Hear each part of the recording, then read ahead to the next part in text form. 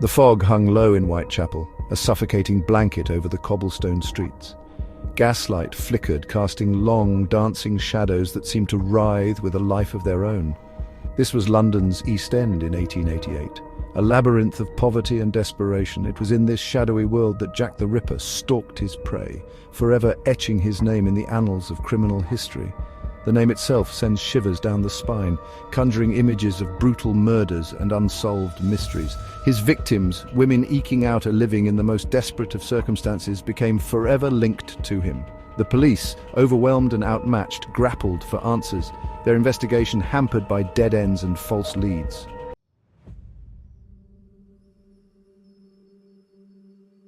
Five women, 5 lives brutally cut short. Mary Ann Nichols, Annie Chapman, Elizabeth Stride, Catherine Eddowes and Mary Jane Kelly. Their names are forever etched in the macabre history of Whitechapel. Each murder, a gruesome spectacle, served as a chilling reminder of the killer's depravity. The press, eager to capitalize on the public's morbid fascination, published lurid accounts of the murders, further fueling the atmosphere of terror. The Ripper, a master of disguise, blended into the crowded streets, a phantom preying on the vulnerable.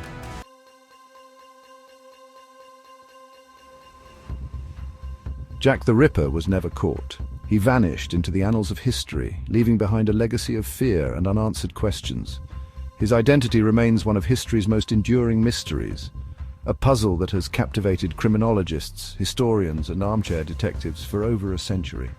Over the years, countless theories have emerged, each attempting to shine a light on the darkness surrounding the Ripper's identity. Was he a doctor, driven mad by a fascination with anatomy?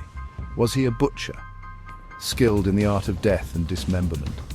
The lack of a definitive answer has only served to fuel the public's fascination with the case.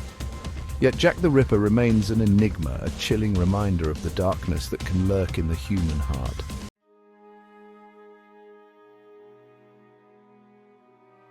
To understand the darkness that descended upon Whitechapel in the autumn of 1888, we must first peel back the layers of Victorian society. The reign of Queen Victoria, often romanticised as a time of prosperity and progress, cast a long shadow over the East End of London.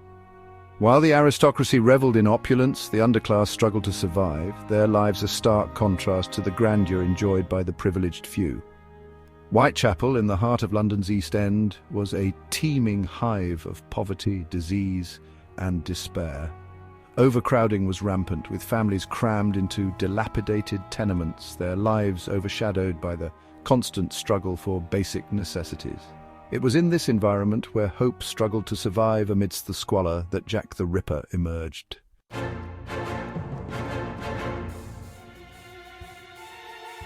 The fog, a ubiquitous presence in Victorian London, became synonymous with the Ripper's reign of terror. It rolled in from the Thames, a thick, swirling blanket that shrouded Whitechapel in an eerie silence. The gaslights, flickering feebly against the encroaching darkness, did little to pierce the gloom, casting long, distorted shadows. These gaslights, symbols of Victorian progress, provided little comfort to the residents of Whitechapel. The flickering light, unreliable and insufficient, created an atmosphere of uncertainty where every shadow held the potential for danger.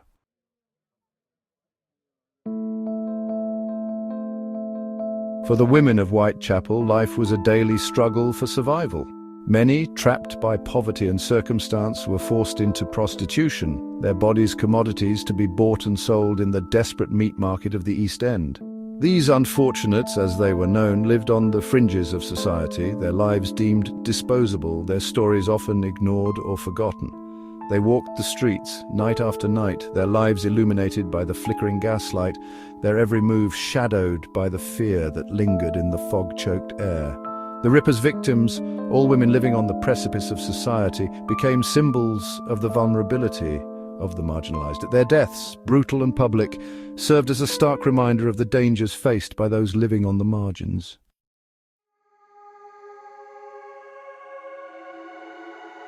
Mary Ann Nichols, known to those who frequented the pubs and doss houses of Whitechapel as Polly, became the first victim claimed by the shadow that would soon be known as Jack the Ripper. In the cold pre-dawn hours of Friday, August 31st, 1888, her lifeless body was discovered in the filth of Bucks Row. Polly's life had been a slow unraveling, a descent into poverty and desperation that mirrored the plight of many women in Whitechapel. Alcoholism had tightened its grip, leaving her with few options to scrape together a meager existence. The discovery of Polly's body sent a chill through the heart of Whitechapel. The brutality of the murder, the savage wounds inflicted upon her body, spoke of a rage that defied comprehension.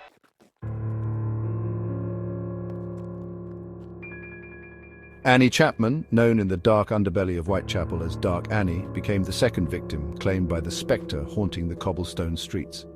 Just over a week after the discovery of Polly Nichols's body, on the morning of September 8, 1888, Annie's mutilated remains were found in the backyard of a tenement building on Hanbury Street. Annie, like Polly, had fallen victim to the unforgiving cycle of poverty and despair that ensnared so many in Whitechapel. Life had dealt her a cruel hand, leaving her with little choice but to sell her body to survive. The discovery of Annie's body, bearing wounds even more horrific than those inflicted upon Polly Nichols, ignited a firestorm of fear and outrage in Whitechapel. The police, now facing mounting pressure to catch the killer, increased their patrols and launched a massive manhunt.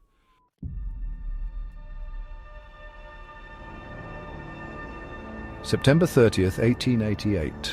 A night forever etched in the annals of criminal history. Elizabeth Stride, a Swedish immigrant known to frequent the pubs of Whitechapel, became the Ripper's third victim.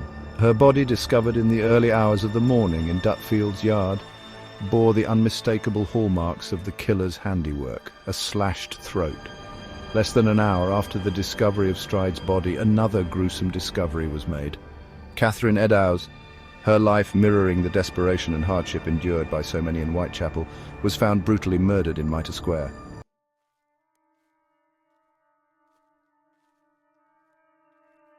Mary Jane Kelly, the youngest of the canonical five, became the final victim claimed by the spectre that had haunted Whitechapel for months. On the morning of November 9, 1888, her mutilated body was discovered in her sparsely furnished room on Miller's Court. The scene that greeted the police was one of unimaginable horror, a testament to a level of depravity that defied description. Mary Jane, like the other victims, had been driven to the margins of society by poverty and circumstance. The murder of Mary Jane Kelly sent shockwaves through Whitechapel and beyond. The brutality of the crime, the sheer savagery inflicted upon her young body, surpassed even the horrific standards set by the previous murders.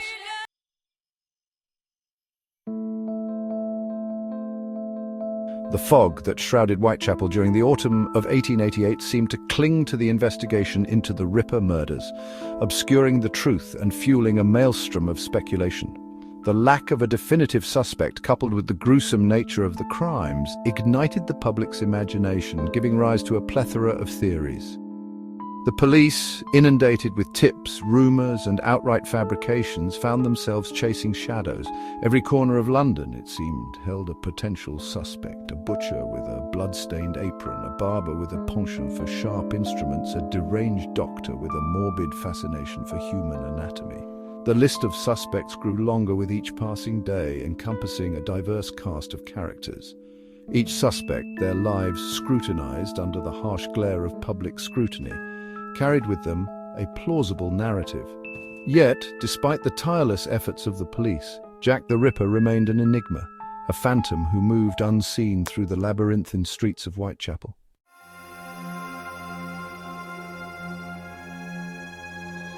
In the labyrinth of Ripper theories, one implicates Prince Albert Victor, Duke of Clarence and Avondale, grandson of Queen Victoria. This theory suggests a royal scandal and a cover-up at the highest levels of power. Eddie, as he was known, was a controversial figure rumoured to be involved in scandals. The theory suggests Eddie stalked Whitechapel, committing the brutal Ripper murders. Though no concrete evidence exists, whispers of secret societies and conspiracy persist.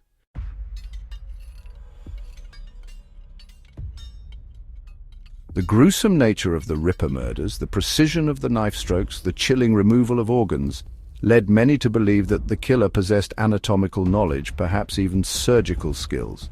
This line of thinking placed certain professions under intense scrutiny, with doctors, butchers, and anyone with a working knowledge of the human body becoming potential suspects in the eyes of the public and the police.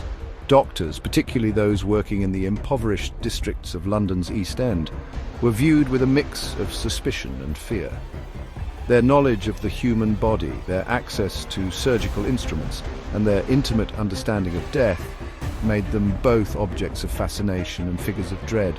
The Ripper murders, with their surgical precision, seemed to confirm the darkest fears associated with the medical profession. Butchers too came under suspicion, their daily dealings with death, their familiarity with knives and the dismemberment of animal carcasses, casting a long shadow over their profession. The Ripper's brutality, his apparent ease in handling flesh and bone, led many to believe that the killer was someone accustomed to the sights and smells of the slaughterhouse.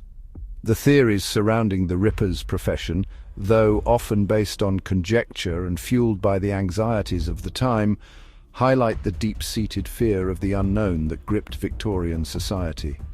The Ripper, a phantom who moved unseen through the fog-choked streets, could be anyone, lurking in plain sight, their profession a mask concealing a heart of darkness.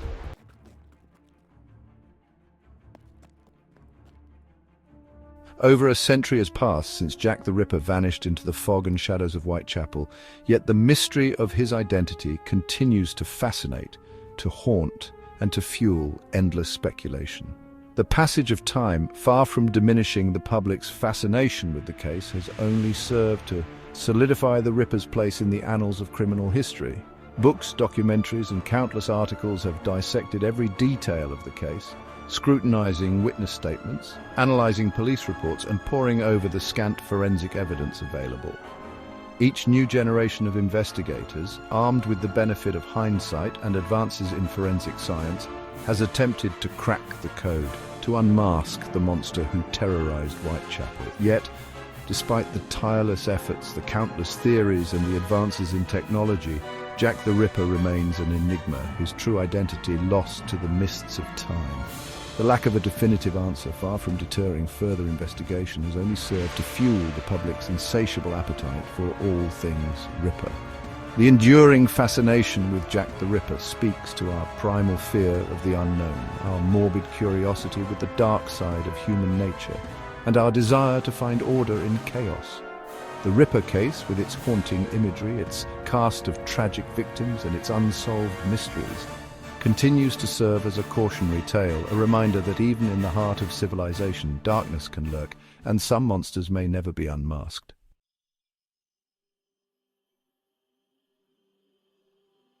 The fog may have lifted from the cobblestone streets of Whitechapel, but the spectre of Jack the Ripper continues to haunt our collective imagination. The unsolved mystery has transcended its historical context, evolving into a cultural phenomenon, a cautionary tale whispered across generations. From the moment the name Jack the Ripper first appeared in the press, a legend began to take shape, fueled by the gruesome details of the crimes.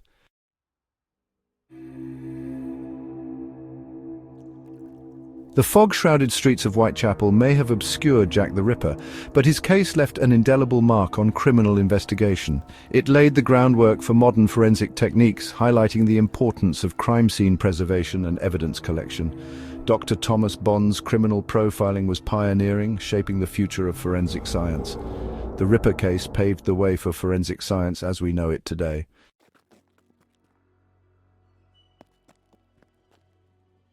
More than a century has passed since Jack the Ripper vanished into the fog and shadows of Whitechapel. Yet the unanswered questions surrounding the case continue to echo through time, their whispers carried on the winds of speculation, their secrets locked in a past that refuses to relinquish its grip on the present. Who was Jack the Ripper? What motivated his reign of terror? Why did the murders suddenly stop? These questions, seemingly simple on the surface, have haunted investigators, historians, and armchair detectives for generations, their answers elusive, their truths obscured by the passage of time and the limitations of the historical record. The Ripper case, with its enduring mystery, serves as a stark reminder of the fragility of life, the randomness of violence, and the limitations of human understanding in the face of true evil. The victims, their lives tragically cut short, their stories often relegated to footnotes in the annals of criminal history, stand as a testament to the human cost of indifference, poverty, and the dark underbelly of Victorian society. The fog may have lifted from the cobblestone streets of Whitechapel, but the shadow of Jack the Ripper lingers still, a chilling reminder that some wounds, both physical and psychological, never truly heal. And some mysteries, no matter how diligently we pursue their solutions, may forever remain unsolved.